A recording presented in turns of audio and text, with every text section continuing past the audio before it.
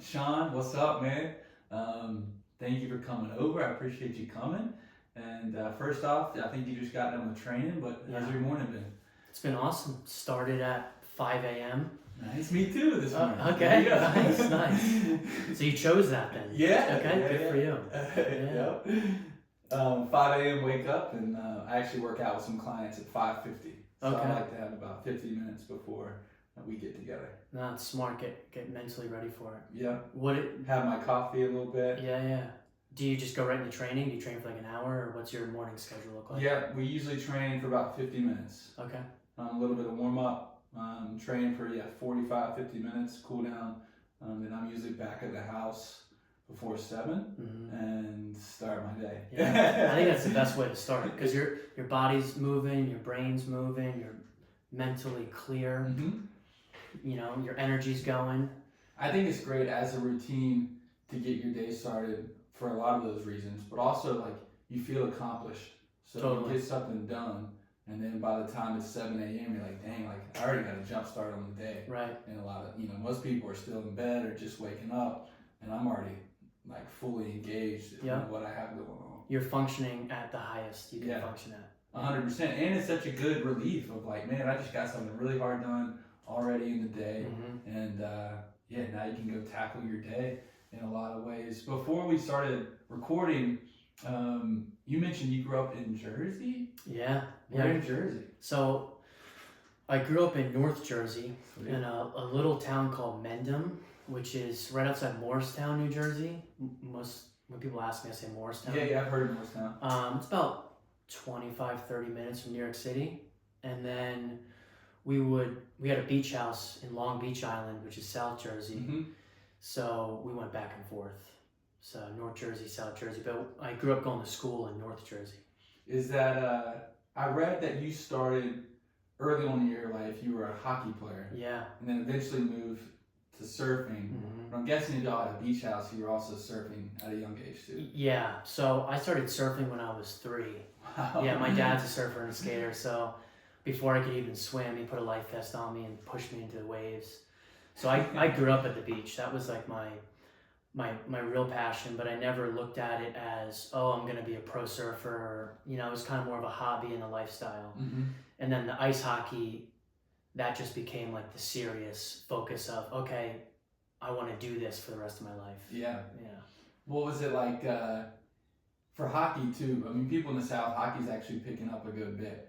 But growing up as a kid, pursuing hockey, talk to me through like trying to get ice time. Yeah. And traveling to tournaments and this incredibly physical sport. Yeah, so it started with roller hockey. All right. I think because it was cheaper too, and I could play every day. So we'd go on the street. Yeah, I was always in the street, or we actually built hockey boards in my driveway, and my little brother's a hockey player too. So we just played hockey every day. Played in a couple roller rinks, and then when I was like 11 or 12, that's when we went into ice hockey, and then that's a lot of commitment there. That's practice every day, then games on the weekends. And then it just got more and more serious as I got older, to the point where I had private lessons in the morning before school.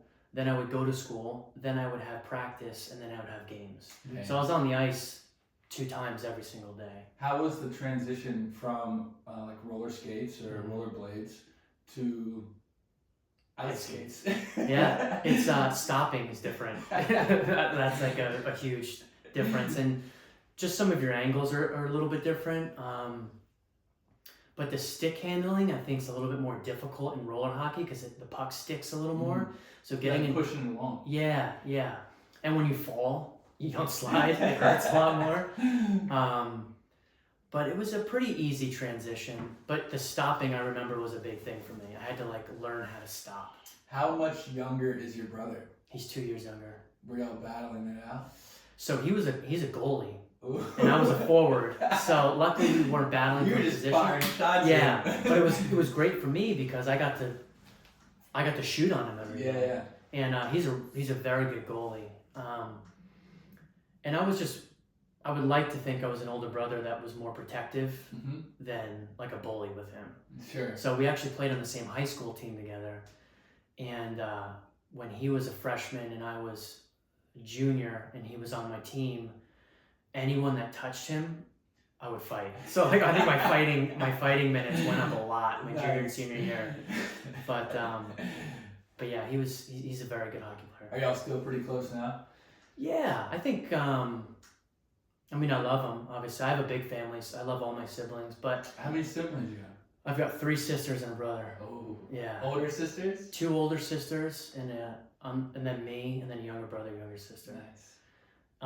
But life happens. Yeah. You know, and it just, and we're all very independent. We all do very different things. But yeah, unfortunately, I think as you get older and life happens, I just had a son too, so you talk less and less. Yeah, for sure. And that's how it is a lot of times with friendships too. And Totally. I always joke though, you had 2 older sisters, I have 1 older sister. I think older sisters like prepare us differently in a way. Oh yeah. For, like dealing with women and just like growing up through life, like have a little bit more sympathy, a softer side. So I wish mine was like that. Mine was a little bit different. My sisters are rough. Dude. Yeah. Yeah. They used to beat me up all the time. They're tough women. And I think that kind of affected me a little bit too because I just thought that all women were that tough. You know? Like I remember my sister could kick my ass until I was probably 13, 14 years old. Dang. And she would do it in front of my friends and it would embarrass me. Dang. And then one day I got the better of her. But yeah, my sisters were tough women. And my mom's a tough woman too, yeah. With you mentioned like wrestling a little bit. Were you into MMA at all at that point? So what was interesting is it's just kind of like a beautiful time in martial arts history right now where MMA wasn't really a thing growing up. What time are we talking about? What year? So this is like, so I graduated high school in 07. Okay, me too. Okay, cool. Nice. So like in high school, there wasn't the UFC on TV. It was on Spike. Or there was WEC, which was a smaller MMA promotion at the time, but it was hard to watch fighting. It was like kind of difficult to find. But I got into like learning how to box and stuff. And a lot of it was self-taught. I'll get a heavy bag at my house just because growing up I got in fights, you know, out of just like, and that wasn't like a bully or anything like that, but I think just ice hockey is a very aggressive sport. So the kids I was hanging out with were aggressive and there were fights on the ice, fights in the locker rooms, fights at school. And I remember I just got, since I was a kid, I would rather be the kid that no one wanted to fight than the kid that got picked on. So I was always very into martial arts, but I didn't really get into it until I was 18. But I was studying it a lot and was really interested. What was the first art you got into? I joined an MMA school. So it was like all at once. Nice. I didn't know if it was like jiu-jitsu or jiu-jitsu or... Yeah, so we would do jiu-jitsu, we would wrestle, we would box, we would do Muay Thai. But it was like I was saying, it was a very interesting time where you didn't look at it like that. It was like, this is where you go learn how to fight, you know? And they kind of just threw everyone together. It wasn't as well organized as it is now. Were you, so you said at 18, were you in Wilmington when you joined them? So yeah.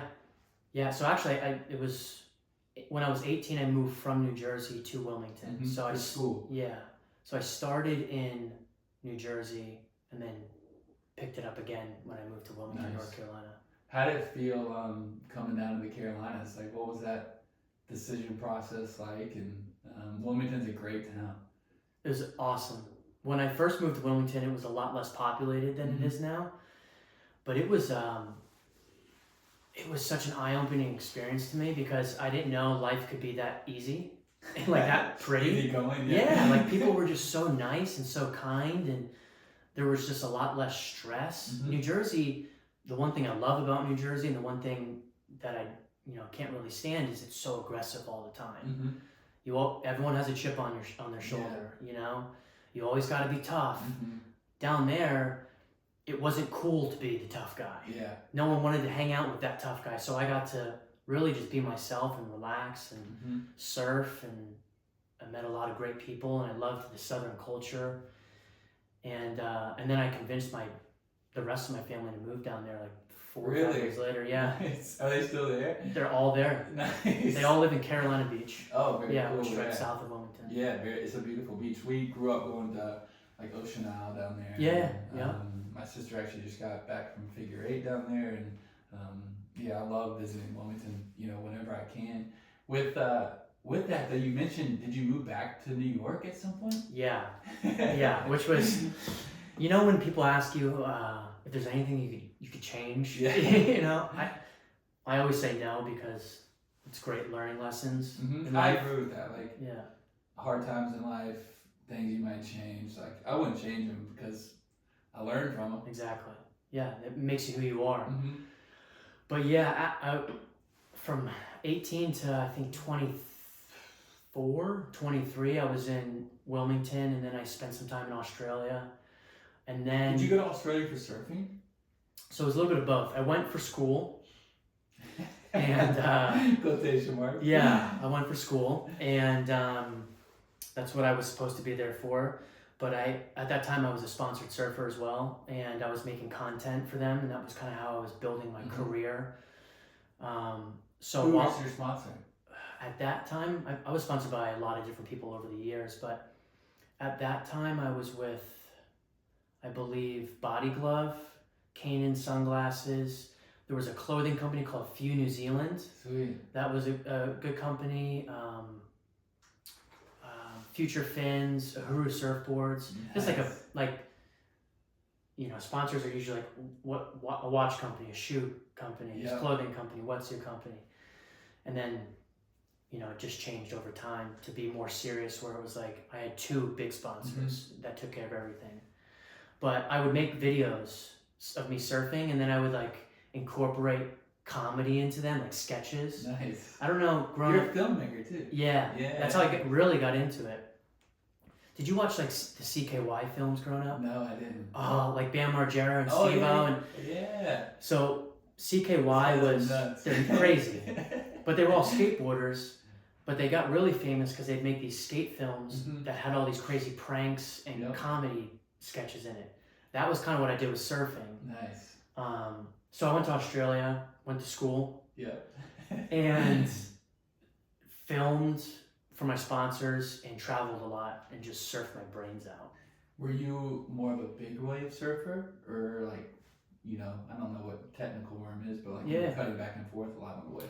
Yeah, I was more, less big waves, more of, I was a power surfer. I liked, a solid like head to overhead wave, nothing crazy, but loved getting barreled. I loved power surfing, and then I would throw airs in.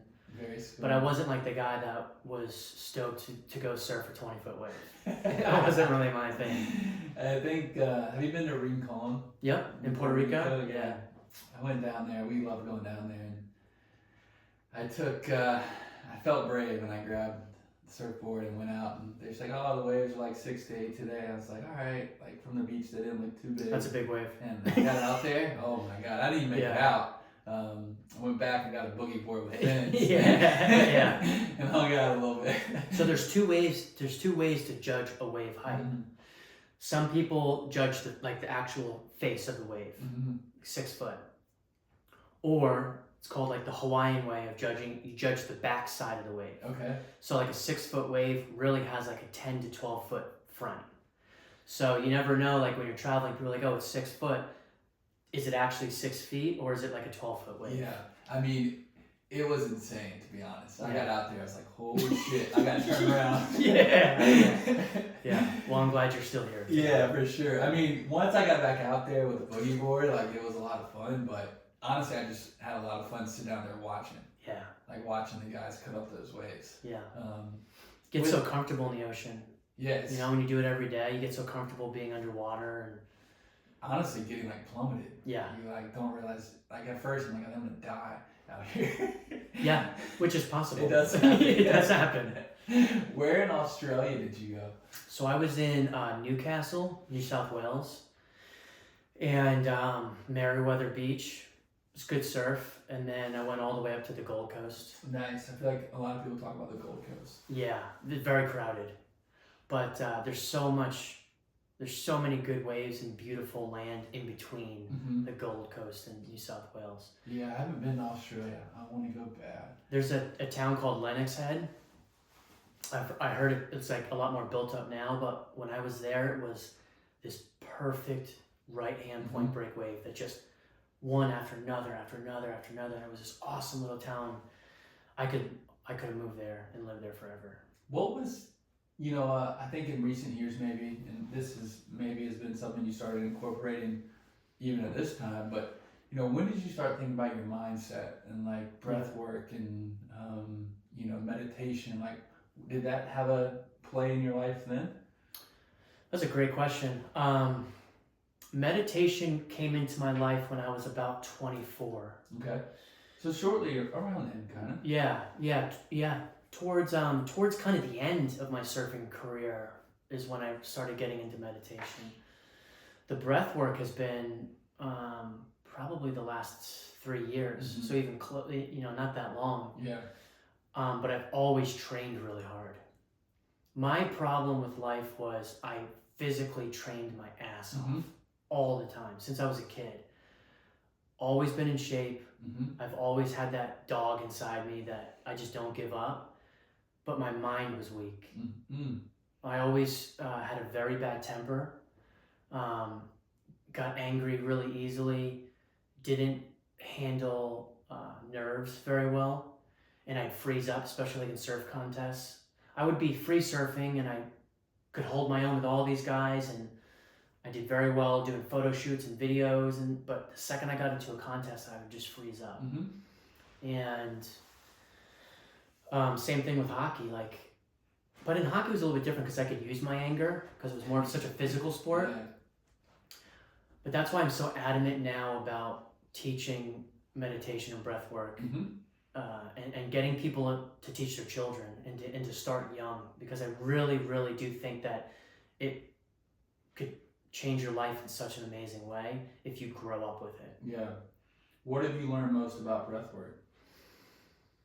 Oh man, I mean, there's so many amazing benefits, but even if you just want to take it to a physical form, muscle soreness, muscle recovery, it completely heals your body so much faster. Like, I'm never really sore anymore. Dang. And I train 6 hours a day, every day. And I really think that because of my breath work and also my hot and cold recovery that I do, no way would I be able to handle that. Yeah. But just even on a mental note, just learning how to calm yourself down, learning how to control your emotions, to focus on your breath, to focus on just a pinpoint, just a rhythm. It just changes the way you think. And when you're calm, you think clearly. You make good decisions. If you're an athlete and you're calm, you can read someone's rhythm. You can see an opening. You can make the correct decisions. But if you're frantic all the time, you can't concentrate. And the only thing you're focusing on is your physical ability. Yeah. And that's how I was taught growing up, is it's all physical. Be physical. If you're losing, skate harder. If you're getting beat up, punch harder. Which is not... It's almost like you hear the best athletes, and I was a big soccer player, and I think I still feel it. It's almost like that flow state. Yes. When you're like, that's, when you're, I would talk about soccer, like when I'm in the field playing soccer, it's super physical, I'm running around like crazy, but like, it's almost like a dance, you know what I mean? It's like you just see things in slow motion, and, it's like you're in a different world when you're actually out there. Absolutely. That's the goal, is flow state. Yeah. How do I create a flow state? And I think that, yes, the physical side of it, you need to have the muscle memory for what you're doing. Your body needs to be capable of moving the way that you need to move. But being able to actually create the flow state is the connection between the mind and body. And you do that through meditation, breath work, visualization. I'm a huge advocate for desensitizing. I teach people how to desensitize themselves to the situation. So just little by little, just get comfortable in uncomfortable situations. And once you get into that type of mode, when you can stay cool, calm, collected in the chaos, that to me is flow state. Yeah. With can you talk me through like maybe your most common breathwork technique that you do for yourself? Yeah, so I've done like box breathing and a lot of inhale based breathing, but right now my latest breath work that I'm teaching everyone at the moment that I think has the best benefits is an exhale based breath work that I do. Okay. So I teach, well, for one, you need to learn how to breathe correctly, pulling your belly button out, and on your exhale, trying to touch your belly button back to your spine, and really getting comfortable with manipulating where you're pushing your air in your stomach. Once you understand how to breathe correctly, then basic instructional for me is I get people to relax, calm their mind. I usually do like a 3 to 1 countdown in your mind. That's how I start the meditation process as well. And then I focus on 3 to 5 seconds inhale through the nose, and then 10 to 15 second exhale through your mouth. Out through the mouth. And I'll teach that in a couple different ways of what type of exhale you do, whether that's breath, whether that's a s, whether that's a ah, eh, oh. It all has different benefits to it, but that's pretty much the basic foundation of it. Is I think exhale based breath work is the best breath work to do after your training. With where did you start to learn these techniques? So a lot of it started like in the surf world. People like Mark Healy, Taylor Knox, Laird Hamilton. They were kind of the beginning of incorporating the breath work into the surfing practice. And then out there you do have to be so calm. You have to be. Yeah, when you're getting held underwater for a long time and you can't get back up to the surface, you need to learn how to calm your brain or you're gonna run out of oxygen. And then I started taking those practices and incorporating them into when I was fighting and training martial arts. How do you stay calm when someone's hitting you? And how do you exert energy when you're punching and kicking? So mixing that together, and then like I was just in Thailand studying with Hito Portal at the movement intensive out there. We did a lot of breathwork practices out there. And then I used to be very much into yoga. And so just taking all these different practices that I learned that worked the best for me and then molding it into my own practice. Is it something that you're continuously changing? Like you said, you used to do a lot of box breathing and now you're doing the exhale training. It's kind of an ever-changing evolution for you? I'm always open-minded. Yeah. It won't change if it keeps working. What do when you sit down with a new client or member of your gym, and maybe they've never heard of breath work or they've never given it a try, what are some of the things they kind of describe to you and the feelings shortly after? What's interesting is, and I don't know if I've been really lucky since I've opened up Musou, but everyone that I've sat down and actually done the breath work with, if they're having an issue just calming in the beginning, I'll do it longer until they fall into it. But everyone that I've had ends up falling into it, especially on the exhale based. And afterwards, when they open up their eyes, you can just tell they're at like such a peaceful moment that it's an immediate reaction that they feel. And that's why I think breath work is such a beautiful, beautiful practice. It's so powerful. Yeah, you feel it exactly right there. Yeah. It's not like when you're lifting weights and the next day you're sore and then you're not seeing results for a couple of weeks. With breath work, you feel it immediately. And two, it's not, like you said, it doesn't have to be after exertion. It can be like you're having anxiety, or you're having like a panic attack. Exactly. You can't sleep at night. There's all these different benefits to it. Have you used it for situations like that? Like if you were feeling anxiety or like having a stressful day and you just I mean, you probably do it during your meditation as well. Absolutely. Yeah, I do the breath work probably 3 or 4 times every day, but I do it if I'm doing a workshop or like I just had a TEDx talk. I did it before that because you should be nervous before you do big things. Or I have a fight coming up this month. In 3 weeks I'm fighting. So I'm nervous about that, you know? Or there's times where I have anxiety, you know, paying the bills, being a dad, being a husband, just being a human being. You have a lot of responsibility. And I use the breath work exhale based to calm myself in all those areas. And everything that I teach, it's not just for the studio. I don't want you to just learn it and that's it. When class is over, then everything that I use it in the studio. Exactly. Everything I teach is for life. That's what it's for. It's for life. It's like, you know, it sounds cheesy me saying it because it's my business, but the motto is a stronger body and mind and life through movement. Very cool. It's all to integrate, and I see it like there's a lot of entrepreneurs at my place, and I've literally seen their businesses do better because they have more confidence now. They're calmer, they have more energy, they're easier to talk to, they're happy, and that's what I want to see. None of this is because I want to create a guy or a girl who can do 50 pull-ups. You know what I'm saying? It's I want to create a guy or a girl who has the mentality to be able to do 50 pull-ups or get their brain right to want to try it. They're not afraid to be a beginner. And when you're not afraid to be a beginner, you can just keep learning in life and keep getting better and better and better and better. What are some of the uncomfortable moments you try and put your members in?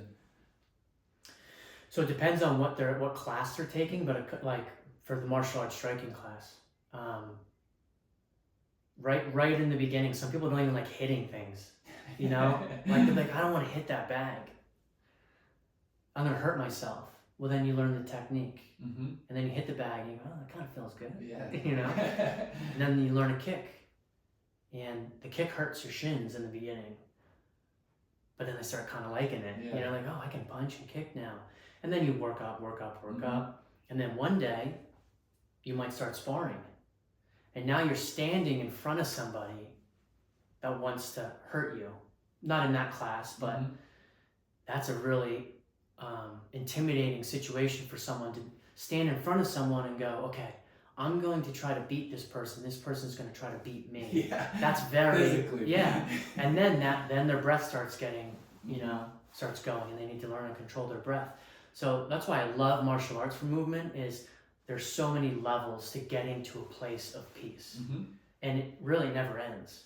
I've been doing it for a long time, and I still get nervous depending on who I'm fighting, who I'm sparring with, who I'm training with. I still get those nerves, and I'm excited to get those nerves because it means I'll be stronger at the end of it. And then in the functional and primal movements and the acrobatics that I teach, it's all uncomfortable, especially the acrobatics. Because especially if you watch some of your videos, like, I mean, they're upside down, one-handed, you're flipping all over the place. Yeah, you're not doing that on a day-to-day basis. But it's a beautiful thing to know that you can do that, With, to get back to your story a little bit, you're in Australia, and what brings you back to the States, and I think eventually LA? So I come back because school was over. School. Yeah, school was over. And had no money. Just time to come home. And to be honest, have you ever spent time like overseas, like a long period of time? Not long period, just for week, 2 week vacation type stuff. I would say, at least for me, it's very difficult to feel at home as a foreigner. Okay. There gets to a point where it's a beautiful area, the people are cool, but I know this isn't my home. And it was kind of hit that point too where I wanted to come home. I was excited to come back. And then when I came back, I had a great year of surfing. My surfing was really consistent then. But then I started realizing I really like making these videos. I really like writing sketches and filming and editing. I really like being in front of the camera too. I should make movies, you know? I should make films. I should be an actor. I should direct. I should write. And then that's what got me really excited about filmmaking. And then just slowly over time, I kind of saw the surf industry taking a dip a little bit too, people losing their jobs. And so then I jumped into filmmaking, which is way less of, consistency, but I just wanted to make things. Like being creative. I liked creating. And so then I decided, well, if I'm going to do it, I want to be the best at it. So I should go to New York first and then do my time in New York, really learn proper acting. Because the teachers up in New York, they'll tell you if you suck. And they won't hold back, which I love about New York. In LA, it's a little more pampered. In New York, they're very, very honest. And so then after about a year and a half of being back in North Carolina, I decided to make the drive up to New York and do it. What was that like? It was terrible. That was rough. But so at this, are you pursuing an actor career? So at the time, that was my easiest way to get in, was to get in as, well, not easiest, but I wasn't going to step in as a director, you know? So I focused on my acting, and I think a good director knows how to act, or knows what good acting looks like. So I went up to New York to really hone in on acting, figure out the industry, and then I was modeling at the same time too, to try to make ends meet. And then that just led into me just quickly realizing I want to make my own projects. Yeah, almost have your own vision, right, of what you want to be creating, which makes sense to me. You look through your whole career now, like you kind of want to carve your own path in a way. Yeah, I've always been a lone wolf, kind of. I've always had, and there's pros and cons to that, but I've always just thought a little bit differently, whether that's cool or not, or right or wrong, I don't know. I've always had a different mindset, and the only way for me to do that was to just kind of do it my way. The same time during all this, and I'm sure if you're like modeling and stuff, you need to be in good shape, but like, are you still training hard? You still doing MMA? Yeah, I was training hard. I stopped a lot of the MMA at that time because I wasn't allowed to be getting hit in the face. Yeah. And if I got hit in the face, I wasn't making any money. So I would still box and stuff, but I wasn't sparring hard. I wasn't competing. I wasn't doing anything like that because, you know, I needed to keep my nose in contact. Black eye. Yeah, no black eyes. I mean, I remember when I still played a lot of sports and into my working career, like show up at work on Monday with a black eye, and everybody would be like, "What did you do?" It's yeah. Like, I just swear I just got elbowed. Like, I wasn't in a bar fight. And then you're going like talking to clients, and they're like, "Oh, sprained ankle." You're like hopping around the office and stuff. It's just not the best look all the time. How quickly did you go to LA? So I was in New York. I want to say 3 years, 2.5 years, 3 years, and I just jumped in my truck and just drove across. Yeah. Were you sick in New York, or did you say like, oh, I might, were you promised up in LA, or just wanted a fresh start? I had a long distance relationship with a girl who was in. Do it. Yeah. Who was in? She was actually in Costa Mesa, okay, which is Orange County, which is like an hour south of LA. And I was sick of LA. I was sick of New York. Just things weren't working for me there. It was a very depressing time for me. And I'm like, you know what? I'll just drive there and set up shop and just continue in LA. Very cool. Was there in LA, talk to me through the transition, and then maybe as you moving back to the East Coast, but what was the transition for you to find a different purpose in life, a different mission in life, to kind of be on the track that you are on now? So what's interesting about that is a lot of the things that have happened in my life happened out of necessity. All I wanted to do was make movies. That's all I wanted to do. I just wanted to make funny characters. I love being on stage. I love directing. That was all I wanted to do, and I dedicated my whole life to it. And you had pretty damn good success at times. Yeah, you know, I did projects and, but you know, you always want to be the best, and I wasn't achieving what I wanted to achieve, and that was very rough for me. Mm-hmm. So during that time, I got back into training martial arts, and I was training at a Muay Thai gym, and training, but I'm not competing because I can't mess up my face, I can't be hurt, I can't be losing weight, but I'm training like I'm fighting, and I'm around all these other guys, I'm sparring hard and stuff, but my main focus was I wanted to make movies. And the owner of the gym had to go to Thailand to get his hips replaced, and he asked me, hey, while I'm gone, I'd love if you wanted to teach for a month while I'm gone. And at that time I was like, well, I have no business in teaching this stuff, but if you want, you know, and he'll pay me to teach.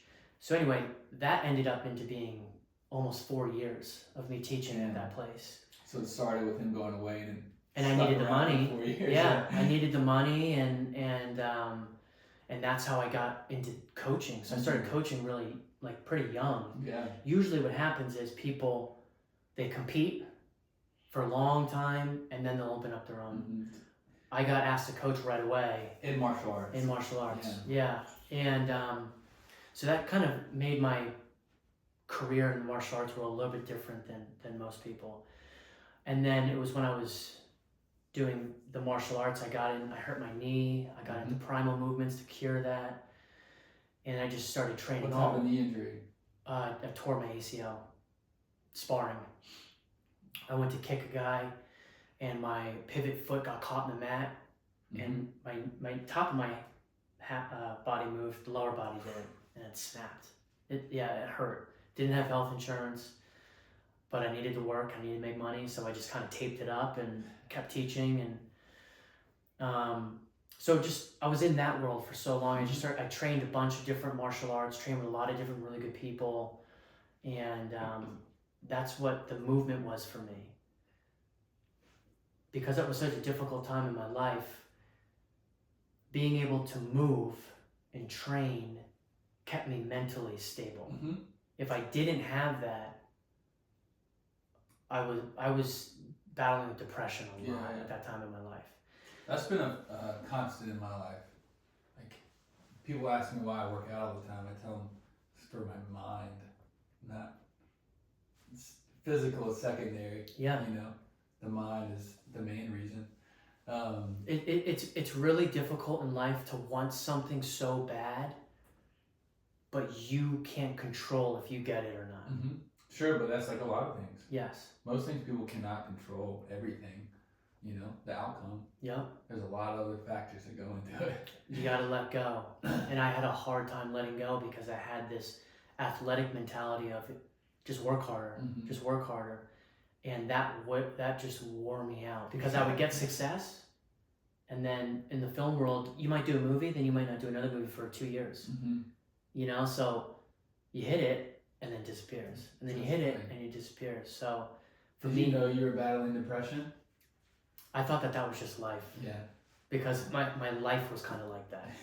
I just thought like, oh, this is what life feels like, and life kind of sucks. At times, yeah. At times. You, at the time, you know, I don't know if you had plans to open Musou yet, but you also probably got to cut your teeth a little bit about operations and how a gym works. And absolutely. And no, I had no plan of opening a gym. I had no plan of running my own spot. That was just, I looked at that as, I'm going to become a good fighter. I'm going to meet a lot of cool people, stay in great shape until I hit it big. Yeah. And that was my mindset. And then the pandemic hit. Oh,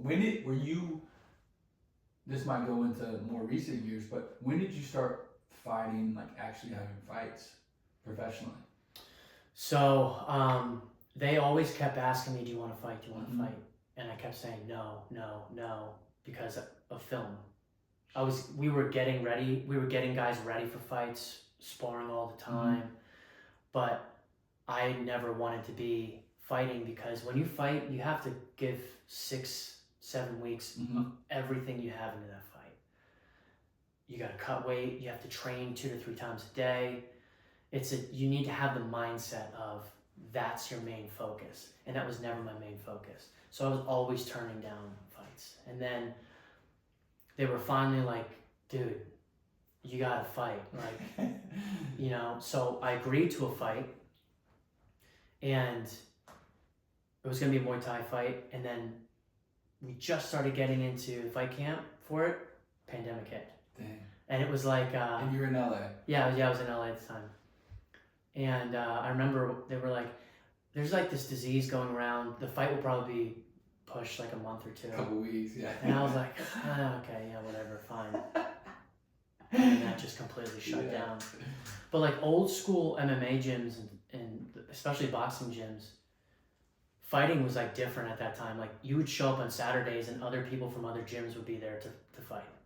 That was like, they weren't called like sanctioned fights. Like that's how you train. And that's what you had agreed to? No. The other one was a sanctioned fight. Yeah. But like growing up, every Saturday you showed up and there'd be dudes from other gyms, and that's just how it was. What it's funny you say that. Me and my wife were in Rincon when the pandemic hit, and we were like, oh, we might just stay here for another week. Like, we'll be all right, you know? Kind of wish we did. Yeah, right. But, yeah. With LA too, it was a good bit different. I'm sure things start completely shutting down. How did you find your way back to the East Coast? So when I was in LA, I spent the first year of the pandemic there. I used to do comedy with this guy, Joey Thompson. Nice. We met in LA. I love comedy too. Yeah. It's like, to me, it's medicine for people and for myself. But most comedians you meet are very, very depressed because they need it. They need. It's part of their show. Yeah. It's part of their personality. Yeah. They need to laugh. But yeah, Joey and I were good friends, and he's from Greer, and he left right before the pandemic. Actually, I remember Joey's a funny guy. I knew he was going through like some hard times, and this was like a Tuesday. I was supposed to see him on Wednesday, so I say bye to him on Tuesday. I'm supposed to see him the next day to film. He doesn't pick up his phone, so I'm like, okay. Thursday comes around, doesn't pick up his phone. I get a call from him on Friday, and he's like, hey dude, Tuesday night, I just like kind of had it, and I just jumped in my car and I drove back to South Carolina. Yeah. Sounds like a comedian. Yeah, I was like, shit, dude, I just lost my friend.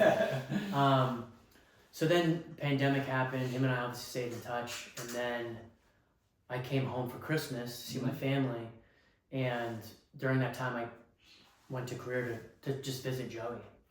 And at this time, everything was still closed in LA. All the coffee shops, restaurants, you weren't allowed to leave your house. There were a lot of riots. Like it was not a good place to be. And when I came here to visit, everything was open. Everyone was just like walking around like everything's fine. So I decided, I was working on a script at the time. I was like, I'm gonna stay here for a week and just write. Because there weren't even coffee shops open there.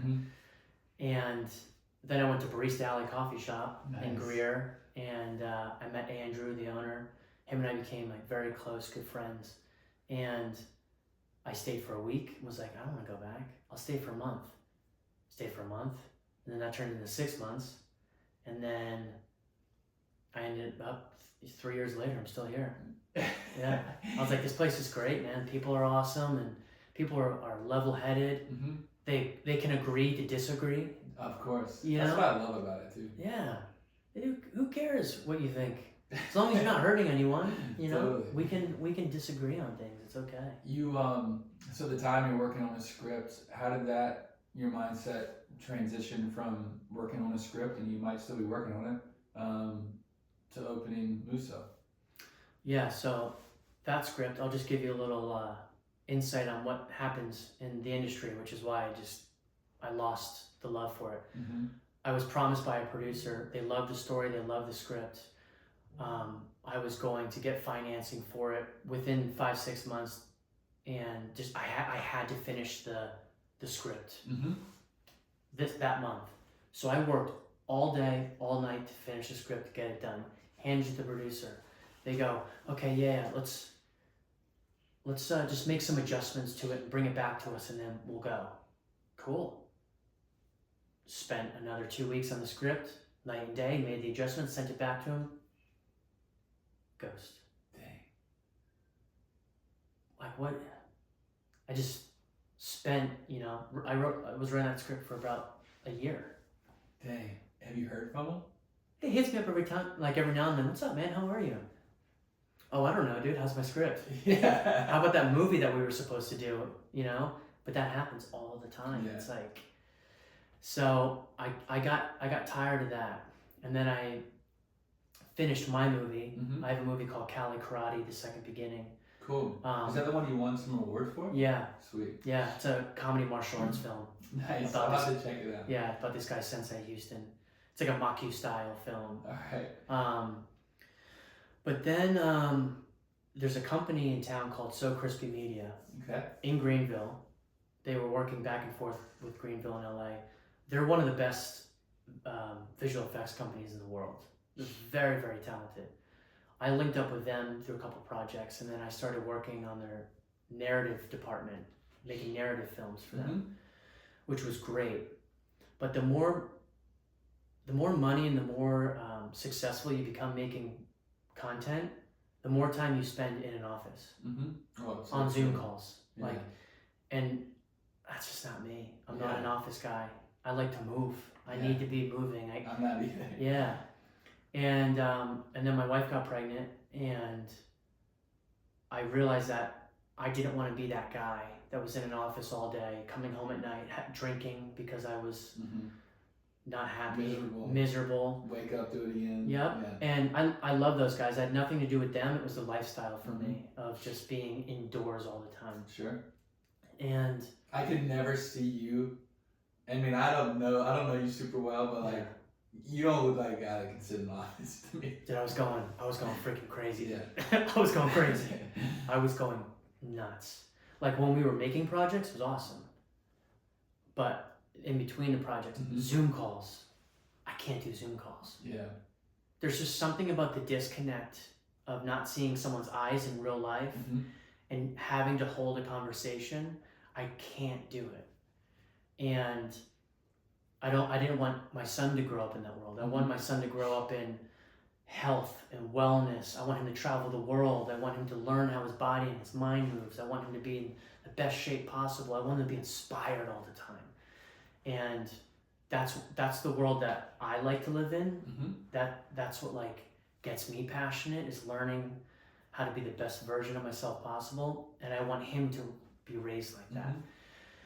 So one day I was literally just like, you know what? I'm going to take everything that I've learned through my athletic career and traveling the world and experiencing different cultures and everything that kept me from, and not to make this sound super heavy, but killing myself. Because there were points where I was so depressed of what was going on in my life.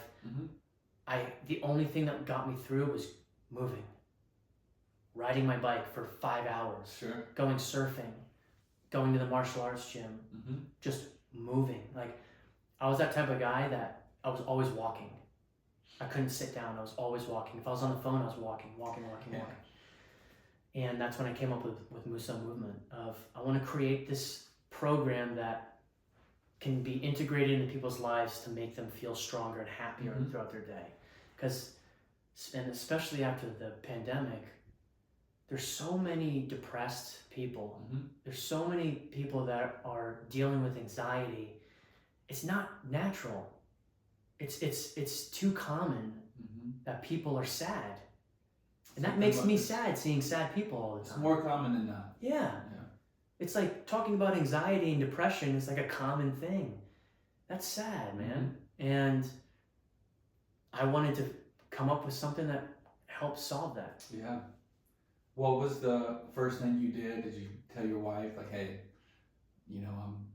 I love this company and the people I'm working for, but I gotta find a new vision, or this is the vision I've been thinking about, and we're gonna, make it happen?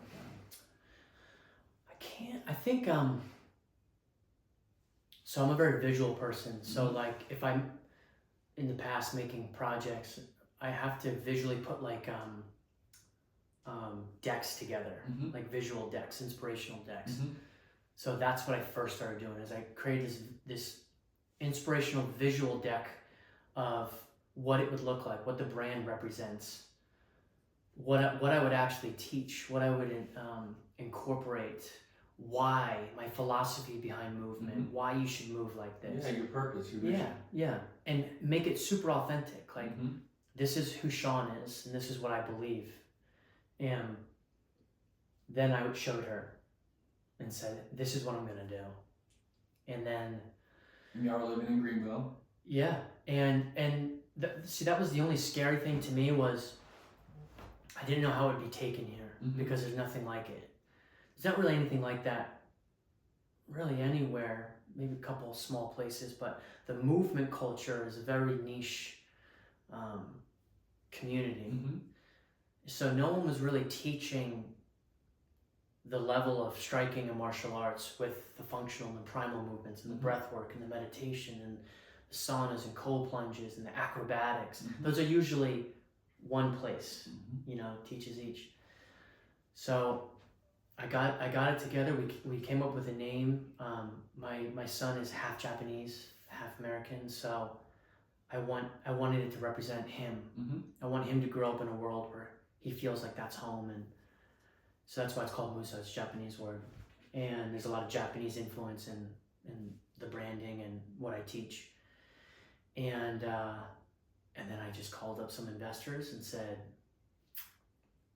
these are actually movie investors too. I said, I got an investment for you that's way better than the other investments that we did. And they were all about it. They jumped on board. And then I just went to work. Like, how long have y'all been open? So exactly a year ago today, I got the building. Wow. And I opened. It's a great spot. Yeah. Great location. Yeah, I lucked out. It's an old BMW Ducati dealership. Yeah, I remember the Ducatis out there. Yeah, it's a very unique spot. And I wanted a standalone building, which is hard to find here for commercial. So I gutted the place, built it out, and then we opened October 1st. So I think it's 9 months. You flipped it pretty good. Yeah, I mean, I was there for 15, 16 hours a day, every day. I've worked 7 days a week since then. What about, how do you incorporate the hot and cold therapy? So I try to make everyone do it after the recovery or on the day off, if they decide to take a day off. What's your routine? So I go in twice a day, but I do 25 minutes in the sauna. Dang, what temp? It's around 200. Yeah.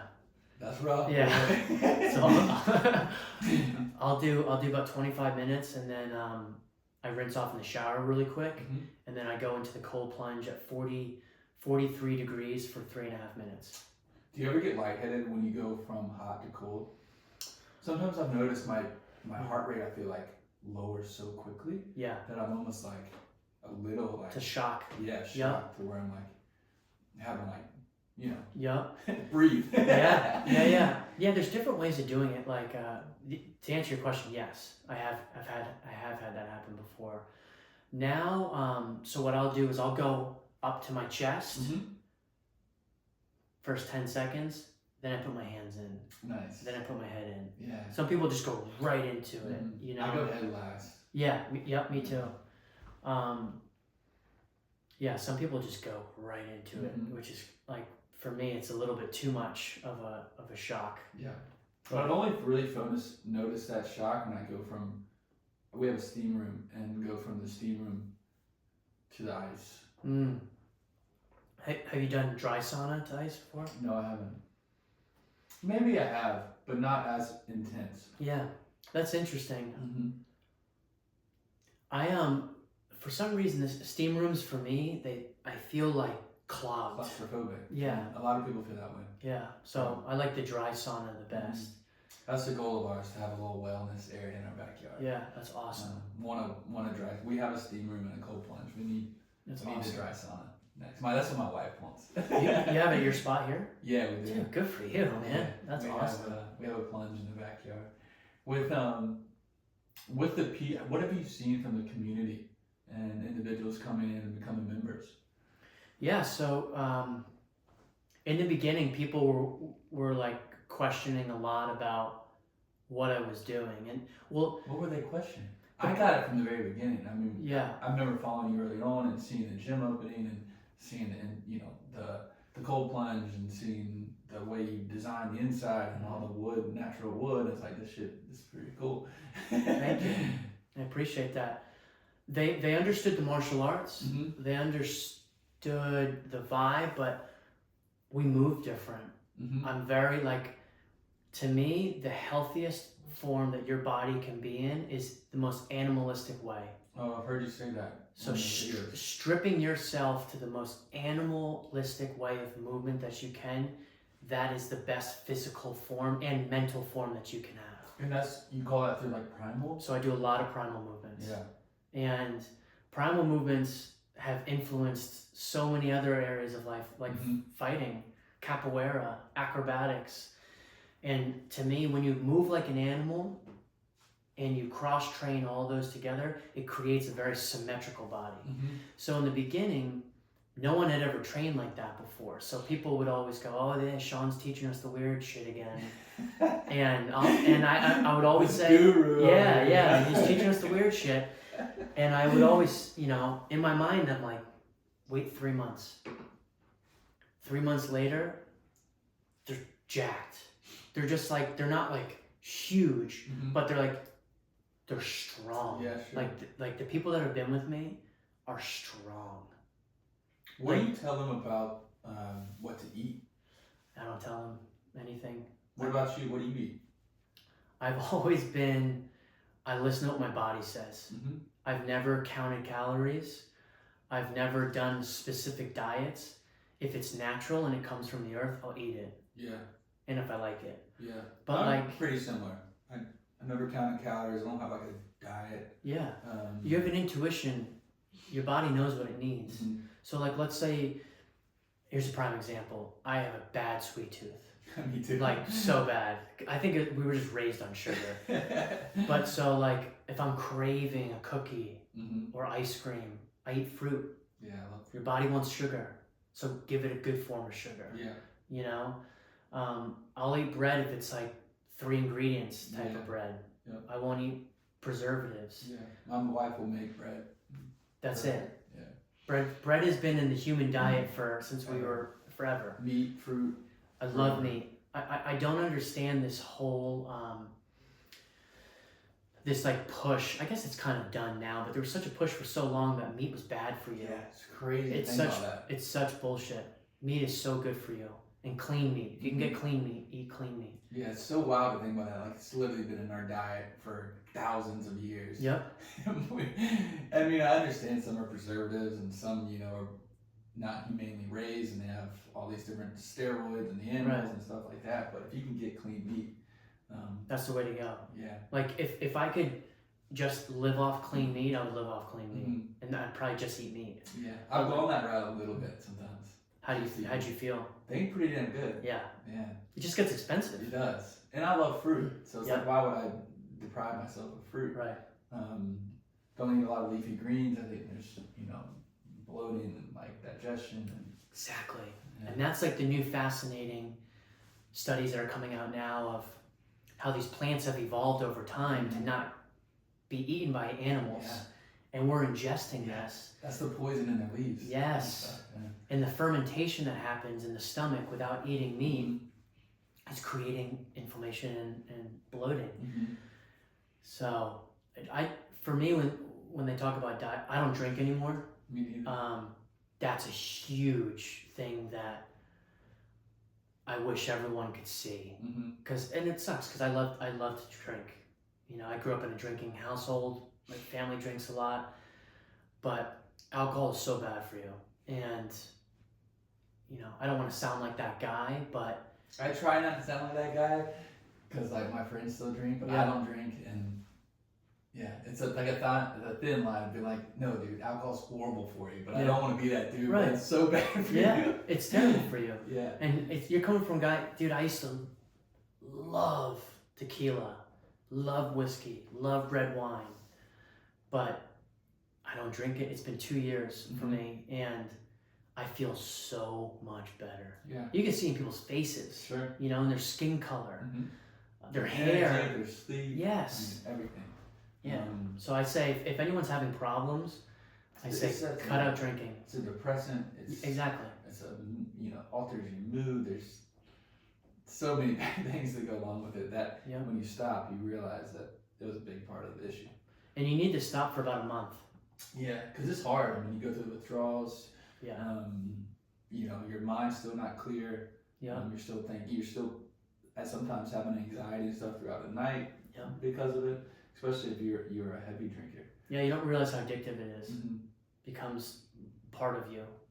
With your fighting, you have a fight coming up. Yeah.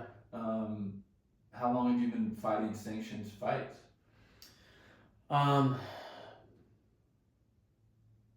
It's hard because like I've done smokers and stuff, which are like a little bit less underneath. This is like a real legit sanctioned fight. So not too long that I've been able to have the time to compete, because in the past competition for me was kind of not existent because I was filmmaking. So my training for me was, I'm there for 3 hours at that time, that's what I'm going to train, and then I got a whole other life. But now with Musou in my training, I've had the luxury of, I get to train all day, and now I have the time to be able to compete, which is nice. Yeah. You get to do both. Yeah, so I get to do both now. But I will tell you, running a business, teaching the amount of different movements that I teach, being a father, being a husband, and getting ready for a fight is very, very, very difficult. It's too much. Were you in Thailand training for the fight or for your practice? Yeah, so I went to Thailand to train with Ito. I saw that on your Instagram. Yeah. So I trained with him, and then after I was done training with Ito, I went to Bang Tao Muay Thai and trained with Ajahn Watt, who's a legend Muay Thai fighter and coach. And I went there to just get better and better and just train with the best. And then I almost stayed there and fought 2 weeks after. So I was going to stay for another 2 weeks. I was there for a while, but I was going to stay longer and fight more while I was there. And I just couldn't leave the business. Yeah, that's what I was wondering. My family, yeah. But I thought about it. I got offered to fight, and I was like, could I stay for another 2 weeks and then accept that fight? Yeah. But I just, too many responsibilities. Especially the business, husband, dad. I'm a lot. Yeah, I'm literally there from 6 a.m. to 8 p.m. every day. That's a good question. What about your class schedule? So you offer a lot of different time frames for people? Morning or afternoon. So what's the length of a class?